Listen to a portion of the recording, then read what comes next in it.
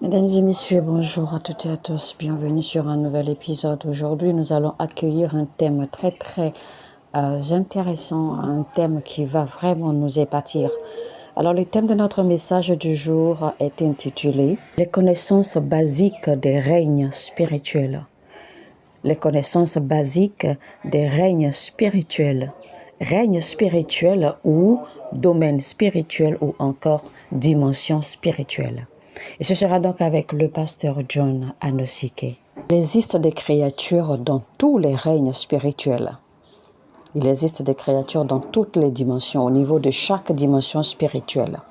Et nous allons constater cela, d'accord, selon la lecture de Romains 8, du verset 20 au verset 22.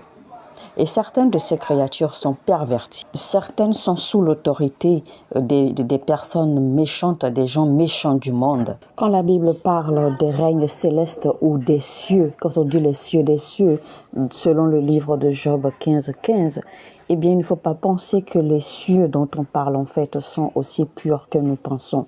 Les cieux, c'est-à-dire les règnes célestes, ne sont pas purs. Parce que les cieux ont déjà été infiltrés. Parce que les gardiens, les veilleurs de ces règnes, les gardiens et les veilleurs de ces dimensions, les dimensions célestes, ont péché, ils ont failli. Ils ont péché, ont donc ouvert la porte pour les infiltrations démoniaques. C'est à nous qu'il revient de remonter dans ces dimensions, dans ces règnes et de tout nettoyer.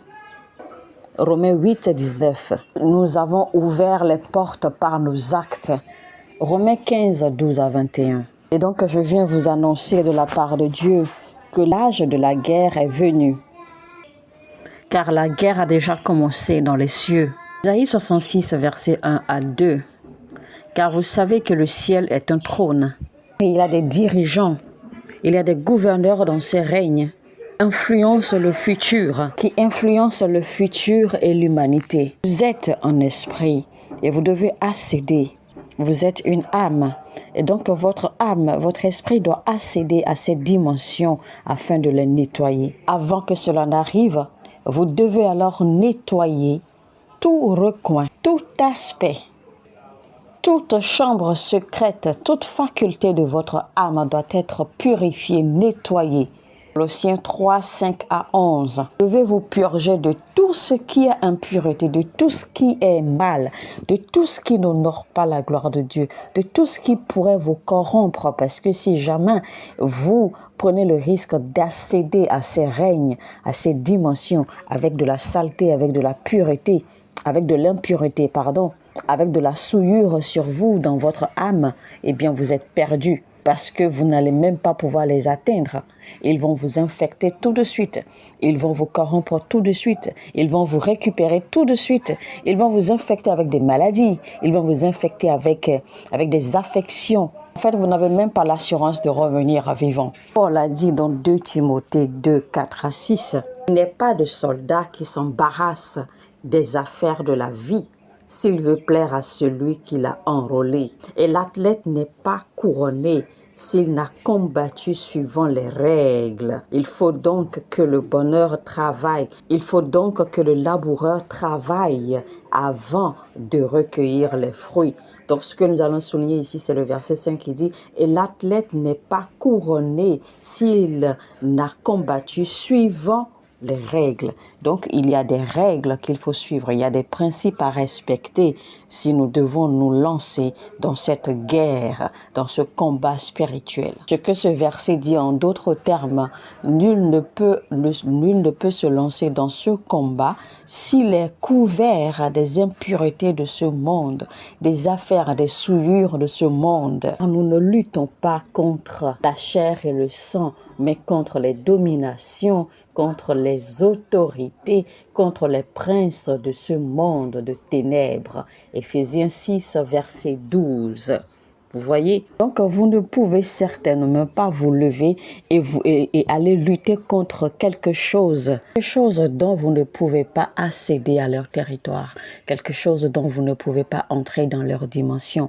C'est-à-dire que vous ne pouvez pas pénétrer, vous ne pouvez pas combattre les principautés, vous ne pouvez pas combattre ces autorités dans le monde des ténèbres sans avoir l'habilité de pénétrer leurs dimensions, parce que vous devez avoir la capacité de pénétrer leur territoire, qui sont dans les règnes, qui sont dans les cieux. Donc vous devez d'abord entrer là-bas pour pouvoir les combattre, parce que vous ne pouvez pas les combattre de loin. Vous avez besoin de vous rendre sur leur territoire. Vous avez besoin d'être en mesure ou capable de maintenir ou de résister ou de survivre, d'accord, dans cette dimension. Parce que si vous n'allez pas à eux pour le combat, eux, ils peuvent venir à vous pour le combat. Mais quand ils viennent, ils descendent avec leur règne. Ils descendent avec leur dimension autour d'eux. Donc, vous devez être en mesure, d'accord, de vous tenir dans cette même dimension pour pouvoir lutter contre eux. Donc, la guerre spirituelle dont nous parlons, eh bien, c'est la lutte contre ces forces. C'est la lutte contre ces dimensions ou ces principautés qui règnent, d'accord, dans ces dimensions célestes. Cette guerre, en réalité, implique l'avancement de Ecclésia. L'Ecclésia, c'est le peuple de Dieu. Matthieu 16, 18, où Ecclésia va récupérer, va prendre possession des portes de l'enfer. Et où se trouvent les portes de l'enfer? Les portes de l'enfer se trouvent dans les règnes célestes. Jésus-Christ a dit au verset 18 que je bâtirai mon église. Alors quand Jésus-Christ parle de bâtir, c'est quoi bâtir? Bâtir en réalité, eh bien, c'est l'avancement, c'est l'expansion, c'est la croissance, c'est l'élargissement, c'est l'étendement. Donc, Ecclésia va commencer à gagner du terrain. Ecclésia va commencer à triompher sur des territoires, récupérer des territoires les uns après les autres. Mais il faut savoir, attention, qu'il y aura des résistances. Il y aura des oppositions, il y aura des combats farouches pour résister, pour empêcher Ecclésia d'avancer. Il y aura des combats farouches, il y aura des attaques, il y aura des résistances terribles pour empêcher Ecclésia d'évoluer, pour empêcher le peuple de Dieu de gagner du terrain. Et c'est pour cela que Jésus-Christ a été clair dans ce même verset. Il a dit que je bâtirai mon église, mais que les portes des séjours des morts ne prévaudront point. C'est pour cela qu'il a souligné que les portes du séjour des morts ne prévaudront point contre elles. Donc, il parle en fait des portes de l'enfer. Alors, c'est quoi cette chose qui va faciliter et renforcer notre avancement dans le royaume? Eh bien, c'est la capacité de prendre possession des territoires, des domaines, des lieux et des endroits, des cités, des carrefours, des territoires locaux, des dimensions spirituelles, tous ces endroits que Satan ou que le diable a pris sous sa possession et a installé son royaume, tous ces endroits, tous ces territoires où le diable a établi sa seigneurie ou son leadership ou sa royauté. Cette guerre a déjà commencé dans les règnes célestes. Donc vous devez savoir que vous êtes nés de nouveau, vous avez été rachetés, vous avez été sauvés, vous avez été enseignés, entraînés par l'Esprit. Vous avez été enseignés, entraînés et rendus matures par l'Esprit de Dieu pour être préparés à la guerre, pour être préparés à la guerre spirituelle qui nous attend avec les portes de l'enfer. Vous savez, dans les règnes spirituels, dans les dimensions spirituelles, il y a des esprits, des désirs. Les esprits qui contrôlent les désirs charnels, les envies, les désirs, les envies sexuelles, etc. Il y a des esprits qui contrôlent cela. Donc, il y a des règnes dans lesquels il y a ces esprits qui contrôlent cela. Donc, il y a des dimensions, des règnes célestes qui sont au contrôle de tout ce qui est esprit de désir charnel, esprit de luxure, esprit de désir sexuel, etc., d'attirance, attraction physique, attraction sexuelle, etc. Genèse 5, versets 16 à 26, qui dit, il y a l'esprit de la luxure. Donc, il y a la luxure de l'esprit, les désirs de l'esprit, les désirs de la chair, les désirs des yeux. Ce sont des esprits. Et la luxure, les désirs, ces attractions ou ces attirances physiques, sexuelles, charnelles, ce sont des énergies. Ce sont des énergies qui se dégagent. Ce sont des habiletés. Et ces habiletés, ces énergies sont dégagées dans des règnes de puissance, dans des règnes de pouvoir. Alors, quand l'esprit de la luxure ou l'esprit des désirs charnels et sexuels, eh bien, s'éveille en vous, la seule façon de croître votre autorité sur le pouvoir de ces désirs, de cette luxure, c'est quand vous avez réussi à dompter les désirs de votre chair. C'est quand vous avez réussi à dompter l'attirance de votre chair, les attirances sexuelles, les désirs sexuels vers l'autre sexe.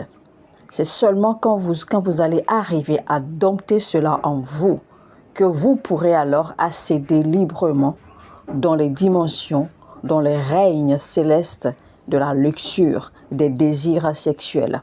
Parce que si vous n'êtes pas arrivé, d'accord, à dompter la luxure en vous, à dompter les plaisirs, les désirs et les attirances charnelles et sexuelles, et que vous entrez dans cette dimension, eh bien vous êtes cuit.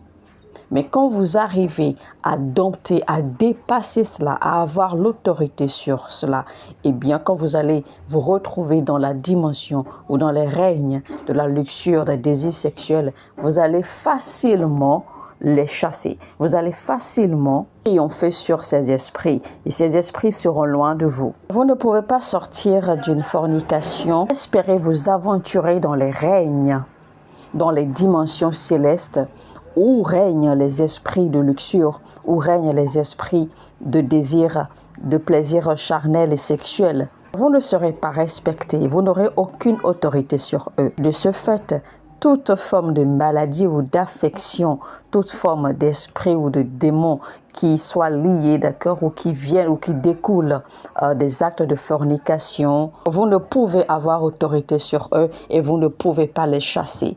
Vous ne pouvez pas leur faire face dans la vie de quelqu'un. Vous ne pourrez jamais délivrer quelqu'un de ces choses-là. Jamais. Parce que vous-même, vous êtes déjà captif de cette dimension de la luxure. Vous êtes déjà captif. Vous êtes déjà dans leur prison parce que vous êtes déjà vous-même un fornicateur, quelqu'un qui est emprunt au plaisir, au désir charnel et sexuel. Donc, il vous est impossible de résoudre tout problème qui soit lié à cela. Parce que vous êtes vous-même captif de cette dimension, de ces règnes de luxure. Donc, il n'y a rien que vous puissiez faire. Vous n'aurez absolument aucune autorité. L'autorité se mérite. L'autorité se gagne. Et il serait vraiment glorieux quand les autorités de cette dimension perdue, de cette dimension de luxure et de plaisir et désir sexuel ne trouvent rien en vous pour vous condamner. Rappelez-vous, Jésus avait dit dans Jean 14:30, « Je ne parlerai plus guère avec vous, car le prince du monde vient et il n'a rien en moi. » Il n'a rien trouvé en moi. Ce que cette parabole veut dire, ce que ce verset signifie en fait, c'est que le diable n'a absolument aucune autorité, un iota d'autorité même sur Christ. Pourquoi? Parce que il n'y a rien de lui, il n'y a rien de son royaume, il n'y a rien de sa part qui se retrouve en Christ. Donc quand le diable regarde Christ, eh bien il n'y a rien de son royaume qui soit en Christ. C'est-à-dire qu'il n'y a pas une seule petite tâche, d'accord, qui viennent du diable, qui soit en Christ. Et c'est pour cela que le diable n'a pas pu avoir l'autorité sur Christ. Parce qu'il n'y avait rien, aucune trace, aucune tâche, rien du tout. Alors, chers frères et sœurs, réveillez-vous. Réveillez-vous, il est temps d'ouvrir les yeux. Nous sommes appelés à former une nouvelle ecclésia pour Dieu. Arrêtez toute cette folie religieuse partout. Allez plutôt travailler sur vous-même pour aller conquérir ces dimensions spirituelles, ces règnes spirituels que Dieu attend de nous de conquérir pour le royaume de Dieu. Ces dimensions, les lieux célestes ont été corrompus, les lieux célestes ont été infectés. Il est temps que Ecclésia, que le peuple de Dieu se lance. Il est temps que le peuple de Dieu se purifie, se sanctifie, afin de pouvoir affronter efficacement le diable. Parce que le diable a pris autorité sur ces dimensions et nous devons récupérer ces dimensions et nettoyer et restaurer ces dimensions pour la gloire de Dieu. Allez conquérir les créatures, les esprits de ces dimensions, que ce soit la fornication, la colère, le non-pardon, le mensonge, l'envie, la jalousie, etc. Tout ça, ce sont des esprits. Ce sont des esprits qui appartiennent à des règnes. Ce sont des esprits qui viennent des dimensions célestes. Allez donc travailler. Il est temps de travailler pour conquérir, triompher sur toutes ces créatures, pour triompher sur ces esprits, pour triompher sur ces choses qui appartiennent à ces dimensions et qui se retrouvent en vous, afin que vous puissiez avoir le pouvoir, l'autorité de régner sur eux. Ces esprits sont en train de flotter dans l'atmosphère.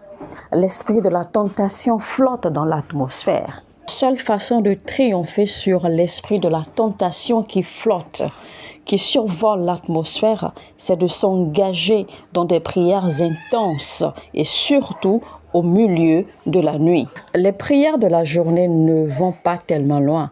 Les prières de la journée sont limitées à des points. Jésus-Christ a toujours invité les disciples à prier la nuit. Toujours recommandé, Matthieu 26, 41.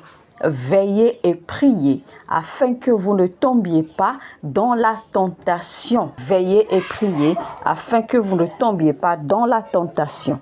Donc, ça veut dire qu'il existe des pièges qui sont déjà tendus dans l'atmosphère. C'est pour cela que Jésus-Christ dit que vous devez veiller et prier afin que vous ne tombiez pas dans ces pièges de la tentation. Il y a des dimensions, il y a des règnes où les esprits de tentation viennent. Ils vont toujours tendre des pièges dans l'atmosphère contre vous. Ils vont toujours tendre des pièges pour votre mariage. Ils vont toujours tendre des pièges pour votre ministère. Ils vont tendre des pièges pour vos enfants, pour vous-même, pour vos relations, etc., pour votre santé. Ils vont tendre des pièges dans l'atmosphère. Ils vont tendre des pièges pour votre foi. C'est pour cela que vous devez faire très très attention. Donc les pièges existent, les pièges sont déjà établis dans l'atmosphère et ces esprits de tentation rôdent pouvoir pour capturer ceux qui tombent dans ces pièges. L'unique façon d'éviter ces pièges ou de détruire ces pièges, c'est la prière. Alors réveillez-vous. Il ne s'agit pas ici de réciter les versets bibliques. On parle ici de la prière sérieuse. Donc, il est temps, chers frères et sœurs, de se réveiller. Vous devez prier plus d'1 heure. Parce qu'il y a 2000 ans, parce que plus de 2000 ans auparavant, eh bien, Jésus-Christ a recommandé aux disciples de prier 1 heure. Et c'est là, en fait, qu'on comprend le verset qui dit « Vous n'avez donc pu veiller 1 heure avec moi. » Et ça, c'était la première fois. Ensuite, Jésus-Christ les a quittés et il est reparti. Et il a encore prié pendant une heure encore. Il revient à nouveau les retrouver endormis. Et il retourne. Et la Bible nous fait comprendre que Jésus-Christ est reparti prier encore une 3e fois, au verset 44. Donc il les quitta et s'éloigna et pria pour la 3e fois, répétant les mêmes paroles. Donc Jésus-Christ a prié 3 fois. Donc il a fait 1 heure, 1 heure, 1 heure. 3 fois il a prié. Et maintenant, il y a 2000 ans, parce que Jésus-Christ, ça fait, il y a plus de 2000 ans. Maintenant, il y a 2000 ans, si l'on vous dit de prier pendant 1 heure, eh bien, je sais que beaucoup de personnes vont se moquer de vous. Beaucoup de personnes vont vous prendre pour un malade, ou pour un cinglé, ou pour un insensé. Donc, en temps normal, entre le temps de Jésus-Christ et notre temps présent, eh bien, le moins que vous puissiez faire dans la prière, c'est au moins 2 heures. Au moins 2 heures de temps. Peut-être même atteindre 3 heures. Le mieux que vous puissiez faire. 3 heures de temps dans la prière. Au moins 3 fois dans une semaine. Je ne voudrais pas demander à quelqu'un de prier toutes les nuits. Mais au moins 3 fois dans une semaine, vous devez pouvoir tenir dans la nuit et prier. Au moins 3 fois dans une semaine. Et dans une semaine, vous devez pouvoir au moins jeûner 2 fois. Soit de 6h à 18h, ou de 6h à 15h, ou encore de 6h à minuit. Vous devez donc apprendre à prier pour triompher sur les règnes de la tentation ou les règnes des tentations, parce que les tentations, il y en a plusieurs. Parce que les forces qui préparent votre chute sont actives dans l'atmosphère. Qu'une chose que vous semblez ne pas savoir ou vous semblez ignorer, que vous semblez ne pas comprendre, que vous refusez même de comprendre, que toute bonne chose dans votre vie, le diable prend cela comme cible. Toute bonne chose dans votre vie, le diable cherche à détruire. Le diable cherche à manipuler. Le diable cherche à voler. Tout ce qui est bon, tout ce qui est beau, le diable ne veut pas voir.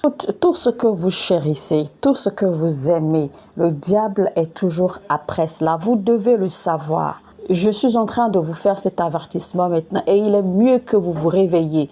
Le plus tôt vous vous réveillez, le plus tôt ce serait. Imaginez un instant à l'ère à laquelle nous sommes maintenant. Allez dans les hôpitaux, allez dans les centres hospitaliers, dans les centres d'accueil. Le nombre d'enfants qui est assujetti, qui est soumis aux maladies du cancer aujourd'hui, c'est alarmant. Les douleurs, les troubles, les situations aggravantes, les situations alarmantes que nous subissons aujourd'hui, que ce soit à l'église, que ce soit hors de l'église, que ce soit au milieu, entre les croyants, entre les chrétiens et même hors, eh bien c'est vraiment inquiétant. C'est inquiétant et alarmant et nous devons nous réveiller. Cette manière ou cette manie ou ce concept de prêcher, de prêcher l'évangile disant aux gens que Jésus-Christ a déjà tout accompli sur la croix et que c'est fini, que Jésus-Christ a déjà fait tout le travail et que vous n'avez qu'à recevoir et croire et puis c'est terminé. Mais c'est une abomination, c'est une aberration. C'est une illusion. Jésus-Christ a fait ce qu'il avait à faire pour l'humanité. Maintenant, rappelez-vous quand il partait, il a dit clairement qu'il nous donnait le pouvoir. Il a dit qu'il nous donnait le pouvoir de marcher sur les scorpions, de marcher sur les serpents, de dominer, de détruire, de bâtir, de faire ceci. Alors, s'il avait tout accompli, si effectivement il avait fait tout le travail, pourquoi est-ce qu'en partant, il nous dit qu'il nous donne le pouvoir et qu'il nous laisse à ceci et qu'il nous recommande de faire ceci et de faire cela? Pourquoi, si effectivement il a déjà fait tout le travail, pourquoi est-ce qu'il nous recommande alors de prier jour et nuit, de prier sans cesse, de prier pour éviter les tentations? Si effectivement il a fait tout le travail, pourquoi est-ce que nous avons besoin de prier encore? Pourquoi est-ce que nous avons besoin de lutter encore? Pourquoi est-ce que nous avons besoin de souffrir encore? Si effectivement Jésus-Christ a fait tout le travail. Mes frères et sœurs, il est temps de vous réveiller. Réveillez-vous. Ceux qui se permettent de faire ce genre de prédication, d'aller dormir, beaucoup d'entre eux souffrent. Beaucoup d'entre eux souffrent de maladies cancéreuses, de maladies dangereuses, mais ne veulent pas parler. Il est mieux pour vous, frères et sœurs, de vous réveiller aux réalités d'aujourd'hui. Nous sommes à l'ère de la guerre spirituelle. Le diable est en train de gagner du terrain de façon alarmante. Enfants de Dieu, il est temps que nous nous réveillions. Il est temps de se réveiller à la prière. Maintenant, il faut souligner au passage que la prière seule ne suffit pas. Parce que la prière ne va servir qu'à déstabiliser les tentations et les pièges du diable. Parce qu'il y a encore les esprits de la perdition, il y a encore les esprits de l'immoralité qui flottent dans l'atmosphère. Il y a encore les esprits du mensonge. Il y a encore les esprits du désir charnel, du désir sexuel qui flottent dans l'atmosphère. Et je le dis et je le répète, ce sont des esprits qui viennent des règnes spirituels, des esprits qui existent et qui règnent, dominent dans les règnes célestes, dans les règnes spirituels et qui flottent dans l'atmosphère. Et donc, si par malheur vous vous abandonnez à ces esprits, à ces forces, la Bible dit clairement, Romains 8, 13, « Celui qui vit par la chair mourra par la chair ». Si vous vous abandonnez aux activités de la chair, si vous vivez selon les désirs de la chair, l'esprit de la mort va prendre possession de vous. L'esprit de la mort va vous saisir. Si vous vivez selon la chair, vous mourrez. Mais si par l'esprit vous faites mourir les actions, les activités du corps, alors vous vivrez. Il n'a pas dit que vous vivrez parce que vous aurez conquis, vous aurez triomphé sur le cancer. Parce qu'il existe une certaine vie, une certaine énergie, que si cette énergie domine en vous, si cette vie domine en vous, aucune maladie ne pourra résister dans votre système. Le rapport médical de n'importe quel médecin sera automatiquement annulé. Donc le but ici en fait est de mortifier votre chair. Le but ici est d'assujettir les actions, les désirs de la chair. Parce qu'en assujettissant votre corps, en mortifiant votre corps, en assujettissant les désirs de votre chair, eh bien vous gagnez, vous activez ainsi ou alors vous entrez ainsi dans un processus graduel d'activation de l'autorité pour avoir la vie éternelle. Ensuite, enveloppez votre homme externe. Mon message, c'est la vie. L'évangile, c'est la délivrance. Ce dont je parle ici, c'est que nous devons faire face directement aux racines, aux sources des problèmes auxquels nous sommes confrontés. Nous n'allons pas continuer à combattre les symptômes externes. Nous n'allons pas continuer à combattre les signes externes, les petites manifestations externes, alors que la racine, la source même demeure, alors que la racine n'a pas été touchée, alors que la racine n'a pas été coupée. Réveillez-vous, chers frères et sœurs en Christ. Réveillez-vous. Peuple de Dieu, réveille-toi. Mais attention, il ne s'agit pas de tout le monde. Tout le monde peut répondre à cet appel. Cet appel est lancé aux élus. Cet appel est lancé au reste du peuple de Dieu. Cet appel est lancé au peuple que Dieu a choisi pour faire face à ce combat. Et ce reste du peuple de Dieu est dispersé un peu partout sur la terre, un peu partout dans le monde. C'est à eux que ce message s'adresse. Alléluia. Mesdames et messieurs, eh bien, nous sommes à la fin de notre message. Le titre, c'était donc « Les connaissances basiques des règnes ou des domaines, ou encore des dimensions spirituelles. » Les connaissances basiques des règnes spirituels. C'était donc avec le pasteur John Anosike. Alors, si vous avez aimé ce message, cliquez sur le bouton j'aime pour nous soutenir, pour nous encourager et signifier que vous avez effectivement aimé ce message. Si vous avez des questions, vous pouvez poser vos questions dans la section des commentaires. Également, n'oubliez pas de partager au maximum autant que vous pouvez, afin de permettre à YouTube de recommander d'accord ces messages d'édification, ces messages de réveil spirituel, ces messages de connaissance et de sagesse, ces messages d'enseignement avec d'autres personnes dans le corps du Christ qui en ont besoin. Il y a tellement de gens là dehors qui cherchent la lumière, qui cherchent la vérité, qui cherchent la parole, mais ne savent où ni comment trouver. Nous pouvons servir des anges de l'évangélisation. Nous pouvons servir de canal pour atteindre ces gens-là. Alors, likez et partagez le lien de ce message, de cette vidéo, autant que vous pouvez. Si vous n'êtes pas encore abonné à cette chaîne, alors faites-le rapidement, abonnez-vous et activez la cloche de notification afin de ne rater aucun message. Sur ce, je vous dis shalom chez vous, que Dieu vous bénisse. Mon heure a sonné et votre heure a sonné.